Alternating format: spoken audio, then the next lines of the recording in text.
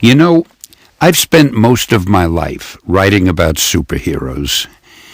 Well, one day, about 30 years ago, I decided to write about the greatest hero of all, and I wanted to do it in a different way. In fact, let me go back to January 5th, 1972, when there was a one-night standing room only show at Carnegie Hall in New York called A Night with Stan Lee. It was all about Marvel and me, and during the show, my wife and daughter read what I had written about this greatest hero of all. And now, because it's never been heard since then, I'd like to share it with you. Here goes. God woke. He stretched and yawned and looked around, haunted by a thought unfound, a vagrant thought that would not die. He rose and scanned the endless sky. He probed the is. He traced the was. He sought the yet to be. And then he found the planet Earth, the half-remembered planet Earth, steeped in pain and tragedy. And all at once he knew. He saw the world that he had wrought to suit his master plan, and then he saw the changes brought by the heedless hand of man. Man, so frail, so small, yet Lord of all. Striving, thriving, hustling, bustling, sowing, growing, ever going, ever learning, never knowing. Less than righteous, less than just, and in the end, condemned to dust. He heard the man sounds everywhere, the shots, the clangs, the roars, the bangs, the clatter, clamor, guns and hammer.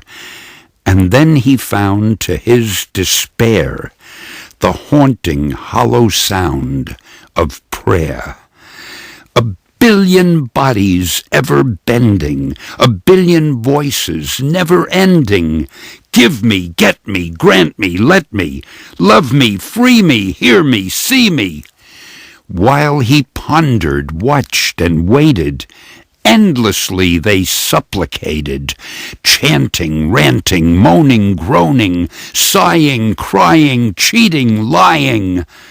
But towards what goal, what grand direction this pious tide of genuflection? To please their Lord, to please their God. He raised his head and laughed hard. At man, the enigma, calling for aid, ever demanding, ever afraid. Man, the enigma, bewailing his fate, yet plagued by inaction till ever too late. Paradoxical man, so fearful of death, yet squandering life and lavishing breath, wasting his hours, diluting his days, accomplishing nothing while he prays and he prays. Hypocritical man, pompous and preening, mouthing his rote just from the throat, words without feeling, sound without meaning.